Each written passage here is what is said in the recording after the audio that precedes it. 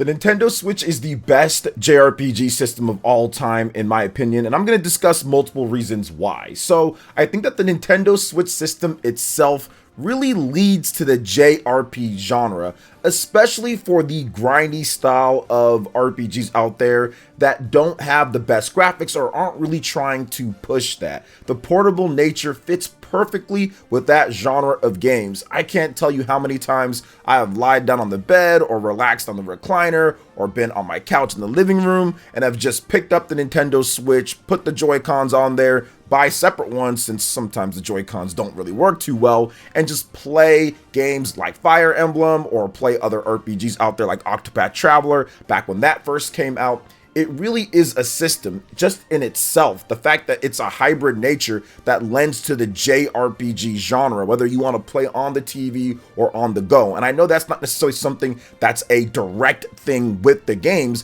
but I feel that it's a byproduct of how the device was designed and how it leads and lends well to that genre in particular. So I really think that the Switch system, the hybrid nature, lends to that. Heck, even if you're playing on the Nintendo Switch Lite, that can be a fantastic pick up and play JRPG system as well. Now, next up is that the Nintendo Switch is the best selling home console in Japan since the PlayStation 2.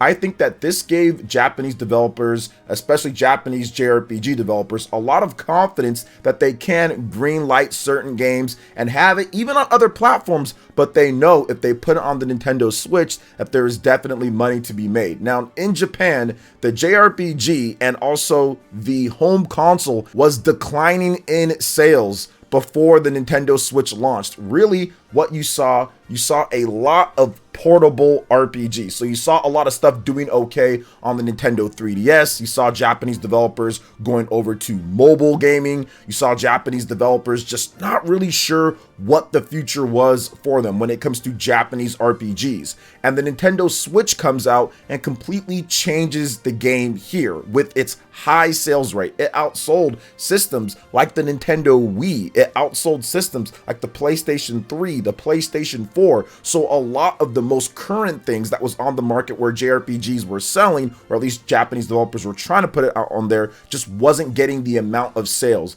The Nintendo Switch came in and as a hybrid platform and has blown away so many of those platforms, including the Nintendo 3DS with its rate of sales. So I think that that itself as well really lends to the Nintendo Switch being the best JRPG device of all time. Now, next up is unique third-party console exclusives. Stuff like Live Alive, Bravely Default 2, and the original Octopath Traveler back when it launched really helped carry a sense of uniqueness and a sense of, hey, we're keeping the spirit alive of the old school Super Nintendo RPGs, the old school RPGs just in general. I personally feel that the golden era of RPGs was the Super Nintendo PS1 era, and even extending a bit into the PS2 era as well. That 90s through early 2000s was just a golden time for RPG development. We went from classics like Chrono Trigger to Final Fantasy VI and Final Fantasy VII and Final Fantasy X and so many other games in between. Stuff like Baten Kaitos, which is coming back. Stuff like Skies of Arcadia. There was absolutely a golden era of RPGs, and I feel that the Nintendo Switch has carried that mantle on its back at this point, especially if you start looking at some of the sales of some of these games that are inspired by the classic RPGs from the PS1, PS2, Super Nintendo era, and I think that that's awesome, and it lends to another reason why the Nintendo Switch is the best JRPG device of all time. Now, next up is that I feel the Nintendo Switch has kind of saved the Japanese style indie RPG and double A JRPG market. Now, I think that many games would have struggled to sell well if the Nintendo Switch was not around due to shifting interests in the market globally. Now, classics coming back like Tactics Ogre, Chrono Cross, and more might not have been greenlit at all if the Nintendo Switch didn't show up and show that these games can sell. Now, we've seen companies like Atlas and Falcom have to pivot due to their sales kind of falling exclusively on PlayStation and people buying the Nintendo Switch and certain games performing very well, JRPGs in particular, on the Nintendo Switch platform. So I think that this is the reason why that the Nintendo Switch, with its focus with Japanese games, these type of smaller games really kind of get passed over on Xbox and PlayStation and sometimes even PC. But if you look at the Nintendo Switch, there is a huge market for those type of games. Look at stuff like Monster Hunter Stories 2 selling over 1 million units on the Nintendo Switch. I highly doubt that type of game would have sold over 1 million units on any other platform, because the game did come to PC and it just didn't do anywhere near as good. Or also stuff like Bravely Default 2 selling over 1 million units on the Nintendo Switch. These are the type of games that at this point in time simply can't sell for $60 or $50 and put up big numbers on other platforms. Now, there are some exceptions to the rule, but for the most part, these games doing as good as they do are because of the Nintendo Switch. And you see that when they go to other platforms, it just really doesn't work out that way. Even if you look at a game like Chained Echoes, for example, that type of game would never really get much attention on other platforms outside of the dedicated and hardcore. But on the Nintendo Switch, you had content creators getting over 100,000 views plus. Even myself talking about the Nintendo Switch version of the game, where multiple Nintendo fans went out there and bought it and supported it, and it's probably going to be the top selling on the Nintendo Switch device. So I think that the AA and indie style of JRPGs that have lended itself so well to the platform and to where people pick it up, it almost seems as if the Nintendo Switch kind of saved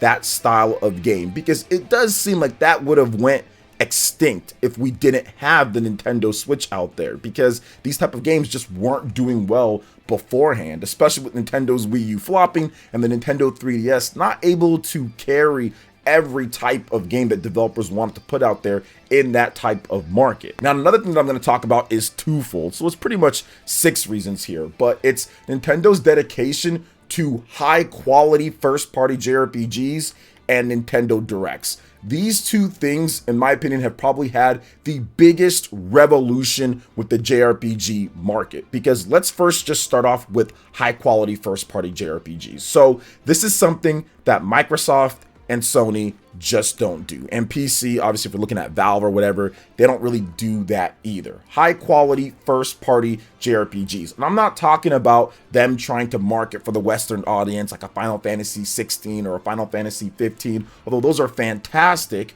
But I'm talking about the JRPGs, the turn-based ones, the complex systems, things like that, that a lot of companies just want to move away from. Nintendo has embraced fully, and that has a ripple effect across all of the Japanese developers, because you're bringing more people in to that style of game. But on the Nintendo Switch, a game like Fire Emblem can come out and bring in new people. People are really loving that style of game, and I think that it helps other developers that want to make that style of JRPG or strategy RPG on the Nintendo Switch. Or even other games like Xenoblade Chronicles, a super complex, really interesting action RPG with all sorts of crazy plot lines and loopholes and different type of mechanics and things. These are the type of games that really help build and continue to sustain the JRPG market out there. You've seen other developers come out and say, yeah, Xenoblade was fantastic, it inspired us, or it was impressive to what they did.